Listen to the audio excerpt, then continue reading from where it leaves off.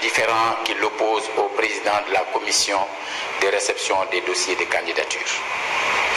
Il est rappelé que la coalition Fal Askan Wi, à l'heure du dépôt des listes et conformément à la loi électorale, indiquait ses couleurs et son symbole, lesquels ont été validés à toutes les étapes du processus de dépôt et d'arbitrage. Toutefois, par lettre en date du 19 juin 2017, le président de la commission de réception des dossiers de candidature lui faisait injonction de changer de symbole au motif qu'une photo ne pouvait faire office de symbole. La coalition Fal Askan Wi estime que cette décision est mal fondée à plusieurs égards. D'abord, la loi électorale n'interdit point aux coalitions d'avoir comme symbole des signaux ou épreuves photographiques multiples. Ensuite, la loi électorale, à travers l'article L175, partie législative, fixe à l'administration un délai de 2 jours à compter du dernier jour de dépôt pour notifier aux coalitions de partis les irrégularités retenues contre leur liste. Cela veut dire que le président de la commission de réception des dossiers de candidature qui, après l'avoir entériné le 9 juin 2017, choisit de notifier l'irrégularité tirée de la non-conformité des symboles le 19 juin, c'est-à-dire bien au-delà du délai fixé par la loi électorale, tombe sous le coup de la forclusion. Plus grave encore, cette notification intervient 10 jours après l'arrêté du ministre chargé des élections, publiant les déclarations reçues, modifiées éventuellement compte tenu des articles L175 et L178 du Code électoral. Enfin, et plus décisivement, la loi électorale ne confère même pas au président de la commission de réception le pouvoir de trancher une contestation relativement à la validité des listes de candidature. Cette prérogative, au terme de l'article L176 du Code électoral, appartient exclusivement au ministre en charge des élections, en l'occurrence le ministre de l'Intérieur. C'est donc sans surprise que le Conseil constitutionnel, suite à sa saisine par la coalition Fal Askan Wi, a, dans sa décision numéro 3/E/2017, considéré que, je cite, lorsque l'utilisation d'un symbole est en cause, il ne peut être saisi que d'un recours dirigé contre un acte par lequel le ministre chargé des élections tranche une contestation. Fin de citation. Appréciant la portée de la décision rendue par le Conseil constitutionnel, il importe de relever que le juge électoral s'est déclaré incompétent pour traiter du recours intenté par la coalition Fal Askan Wi, non que la matière ne rentre dans le champ de ses attributions, mais parce que l'acte querellé émane d'une autorité non habilitée. Forte de cette décision, la coalition Fal Askan Wi a saisi par lettre la Commission électorale nationale autonome pour l'en informer et exiger le respect de la loi électorale, notamment des articles L5, L6 et 13 du Code électoral. Pour toute réponse, la Sénat a décidé, par lettre en date du 12 juillet 2017, qui nous a été envoyée par mail, qui ne nous est pas encore notifié, de renvoyer la coalition Fal Askan Wi à la mesure de la commission de réception des dossiers de candidature frappée de forclusion. Ce faisant, la Sénat qui, elle non plus, n'est pas habilitée à trancher une contestation portant sur l'utilisation d'un symbole,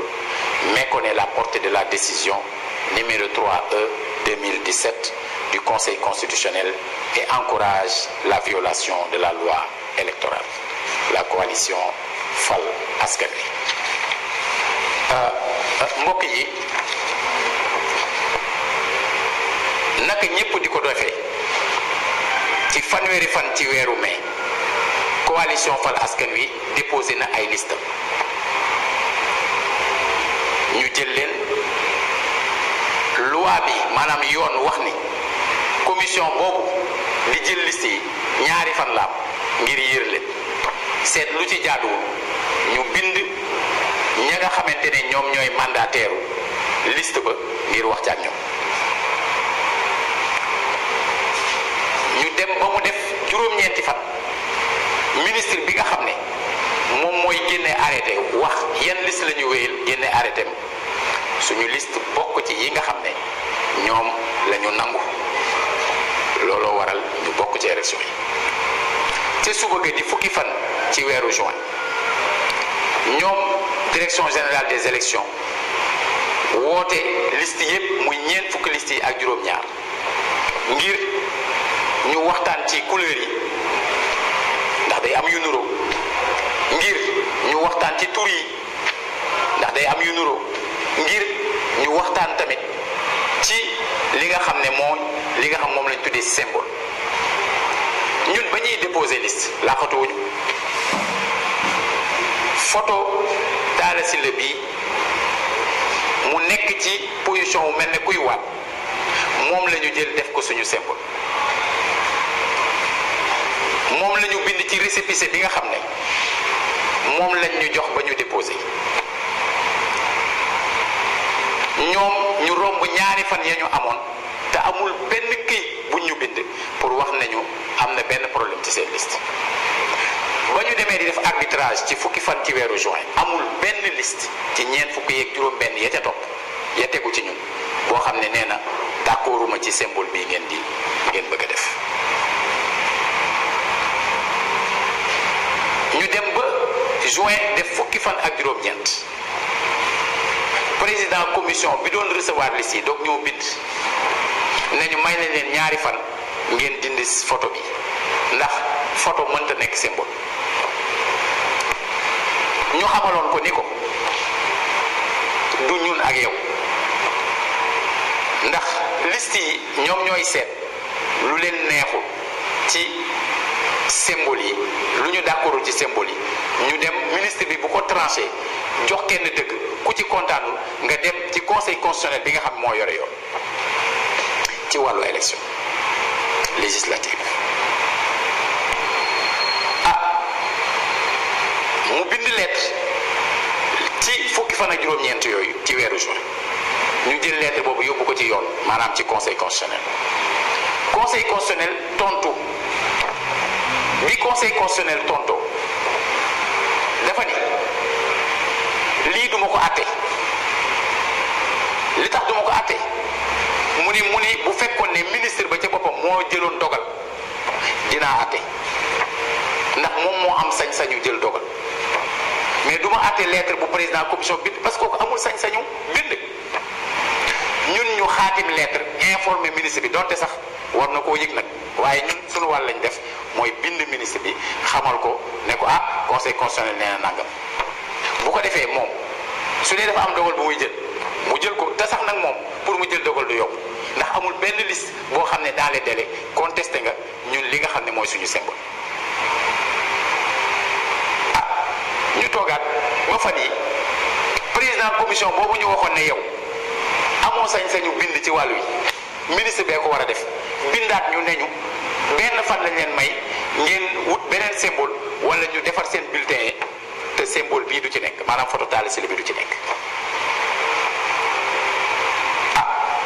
ma dem seeti seen kilifa fekk mu woolu directeur général des élections ñu ne ma dañu bëgg nga changer dindi photo bi ñu def fi leneen man leen mun leen ma ko dindiloo te xalaatuma ko dindi ñi ma àndal ci fal askan wi xalaatuñ koo dindi kenn kese moo am sañ-sañu dindiloo ñu ko muy conseil constitutionnel bi nga xam ne mooy juge électoral mooy yoon maanaam yoon loi moo ñu ko mën a dindiloo suñu ko loi dindiloowul duñu ko dindi ñaar na yëf rek moo am man leen da ngeen di def li yoon wax wala ngeen def li leen neex bu boobaa kenn ku ci nekk la mu yaakaar loolu la war a def mu def ko may xamal nit ñi nag ni ba ñu génnee ca loolu fekk na ñun ñu bind ñi nga xam ne ñoom ñooy commission électorale nationale autonome ndax commission boobu dafa am cër bu leen yoon may mooy bu amee benn autorité administrative moo xam ministre ba la moo xam directeur général des élections moo xam ab préfet la moo xam keneen ku am cër ci élection yi bu war a def dara luy wéyal élection yi te defu ko moom Sénat boobu am na sañ-sañ yii am na sañ-sañ bu ñu tuddee def injonction soññ la ngir nga def sa liggéey am na sañ-sañu nga def leen defewu ko ni ko war a defee mu jubbanti ko mu yëg def correction def rectification am na sañ-sañu dessaisissement maanaam loo waroon def mënoo ko def mu nangu ko ci yow am na sañ-sañ boo xam ne moo dëppoo ak boobu mooy substitution mooy jël sa place jëfe lay doxal élection bi ba ñuy bind Sénat ci base boobu lañ ko bindee ba ñuy bind Sénat dañ koo bind pour xamal ko ne président commission boobu moom ak waa direction générale des élections dafa am lu leen waroon mooy woo suñu mandataire ne ko kaay signé bon à tirer bi te woowuñu ko te loolu bu ñu ko deful ñoom amuñu droit tirer suñu bulletin sans que ñun ñu signé bon à tirer mu mel ne directeur général des élections dafa jot ndigalu tirer suñu bulletin dafa doo taala ci la bii du ci nekk te conseil constitutionnel génnewul xaatimul yoon ne du ci nekk te amul benn liste boo xam ne demandoog nañu yow ci élection yi boo xam ne yow yaa bind ne waru cee nekk alors loolu nag laa bëgg ñépp xam ne liste fal askan wi mi ngi ci élection yi loolu laa bëgg ñëpp xam ne kenn discuté wul ndax mi ngi ci élection wala newu ci loolu moom nekkul ci débat loolu fu wees na li ñuy discuté kay mooy ndax bisu élection yi bulletin bu xonq bii photo sëñ Saliou Bousso bii di suñu tête de liste nationale nekk est-ce que dina ci am photo Talla Sylla bi wala du ci am loolu rek la ñuy discuté ñun nag ñu wax ne ñun dañoo bëgg a dem assemblée nationale ngir ñu fay doxal loi ñu fay doxal yoon. bu fekkee ne yow da nga bëgg a dem assemblée pour di fa indi yoon di voter ay yoon te doo respecté lu yoon am na déjà lu manqué ci li nga bëgg a taxaw moo waral lii nuy def nii ñu di ko def di ko jaar fi ñu ko war a jaar képp koo xamante ni war nañ laa saisir pour wax la ne la yoon bi la ñu war a doxal daañu la saisir pour ñu doxal yoon bi parce que ñun ay sénégalais lañu ñun ay candidats lañu ñun foo fal askan wi ñun dañoo xam lan moo ñu war. lan mooy suñu sañ-sañ ñu fas yéene ko doxal ba mu mat sëkk du ministère de l'intérieur du direction générale des élections du commission de réception des listes du Sénat du kenn ci ñoom moo ñu mën a xañ benn sañ-sañ boo xam ne am nañ ko ñun nag respecté nañu institution yépp respecté nañ ñëpp mais dañoo bëgg ñëpp respecté la loi asalaamaaleykum